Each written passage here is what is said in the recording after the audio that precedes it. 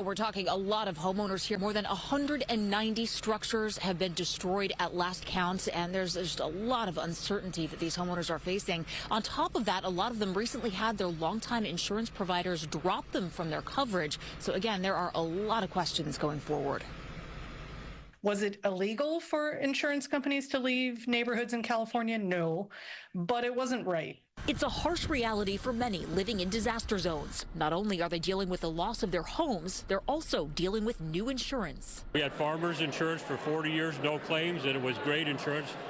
Then they canceled almost everyone in this area. So now it's California Fair Plan, which is 4 times as much with half the coverage.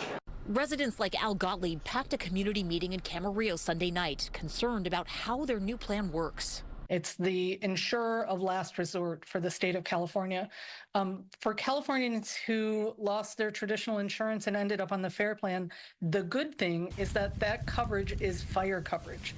It is there to protect against exactly this type of circumstance. Fire damage. Consumer watchdog's Carmen Balber says there are some important steps all affected homeowners should take, regardless of their provider. Document everything.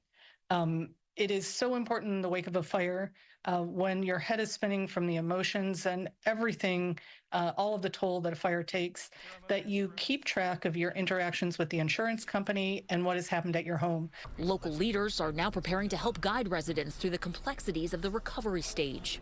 The recovery stage is going to be long, the recovery stage is complicated, and the recovery stage takes patience. One thing all Californians should keep in mind.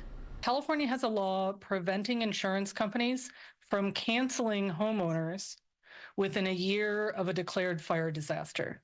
So no one who is in the close vicinity of the mountain fire should fear their insurance being canceled over the next policy year. So that's one small piece of comfort in the midst of this crisis.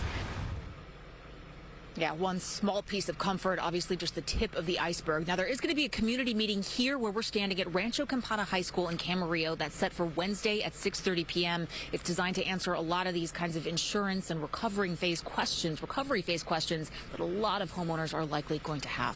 Alex, Mala.